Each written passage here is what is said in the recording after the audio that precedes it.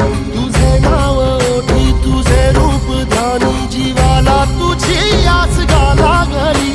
जरी बाप सा